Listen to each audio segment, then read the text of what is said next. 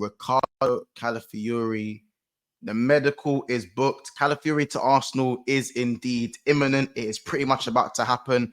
Fabrizio Romano has confirmed. Ornstein also confirming earlier on the weekend.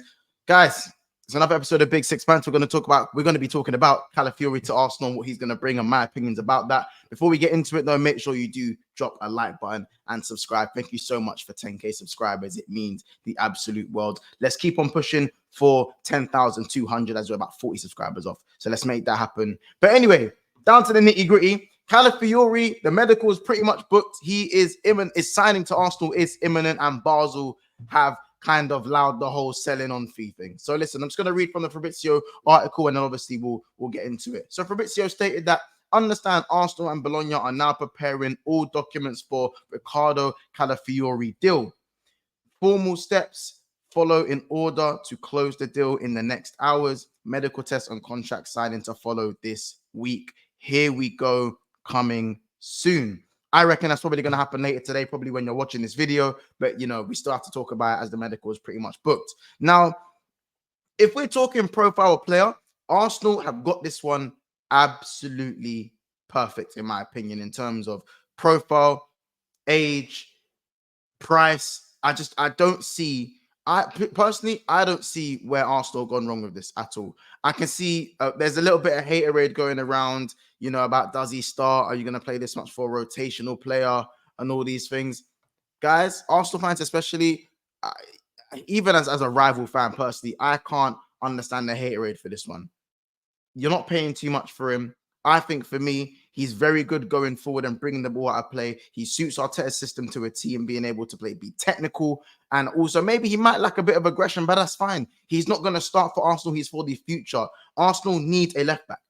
All we've been telling Arsenal fans is you can't compete on all fronts. You need to win something other than the Premier League if you don't win the Premier League. And the squad depth needs to be improved. So now that Arsenal are actually improving the squad by going and getting someone of a good profile at the age of 22 like Calafiori, how can we then sit back and go, well, he's not improving the first team, so what are we doing here?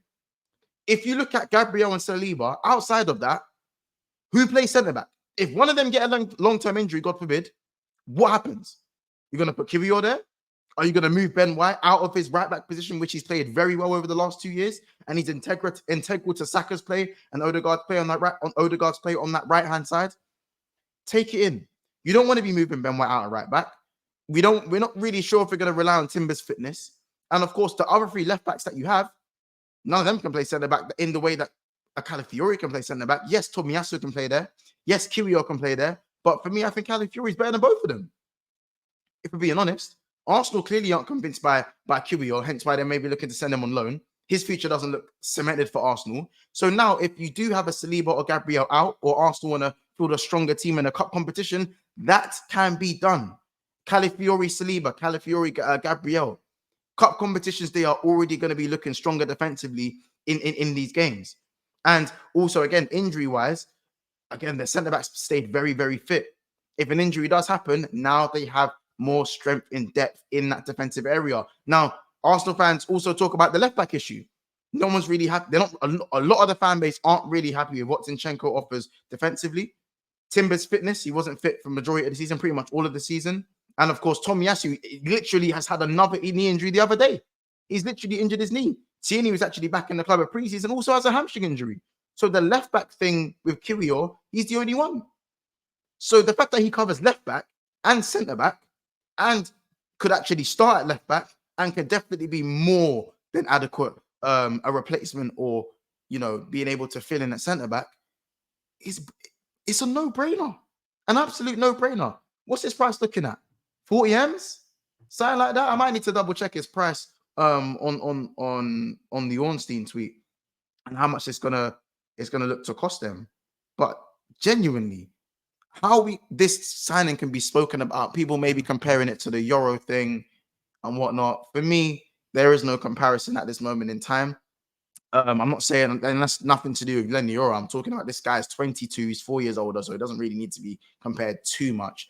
We're looking at someone who, again, at international level, was one of Italy's best defenders at the age of 22.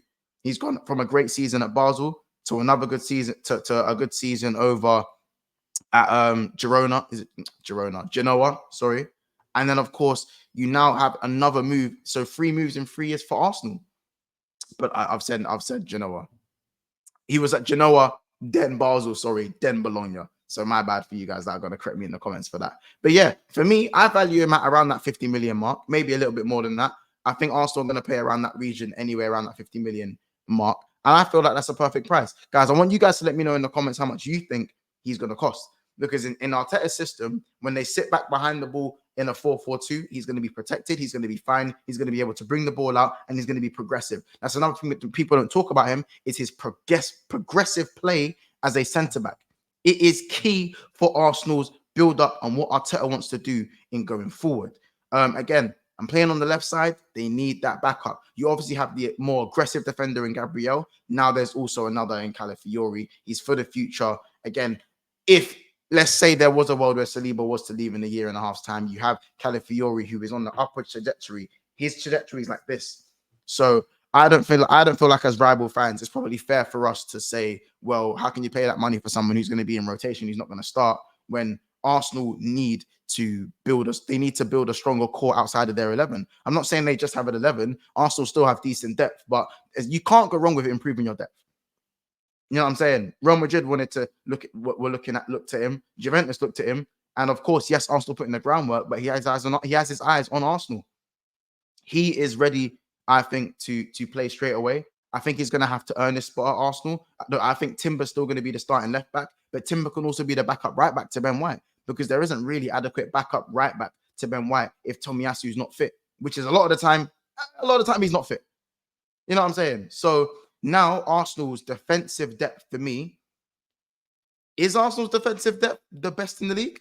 I think their defensive depth could be better than Man City's with this signing. I might have to double check, but pound for pound, player for player, I think Arsenal might have the best defensive depth in the league after the signing. I might be wrong. I might be getting ahead of myself, but looking out on paper in my head right now, it is kind of making sense. They've got Timber that covers both sides, and he's also good enough to start. As I said, you've got Calafiori, you've got the 2 centre backs, of course, you've got Ben White, and then you got Kyrgios. Zinchenko will probably be out the window. You got Kyrgios as well. For me, I don't see how I can go wrong with it. Listen, guys, let me know what you think of the signing. Medicals booked. He was also linked to Liverpool as well. He was also linked to Chelsea. Listen, Arsenal gone and got their man. First good signing for them, for me, of the window.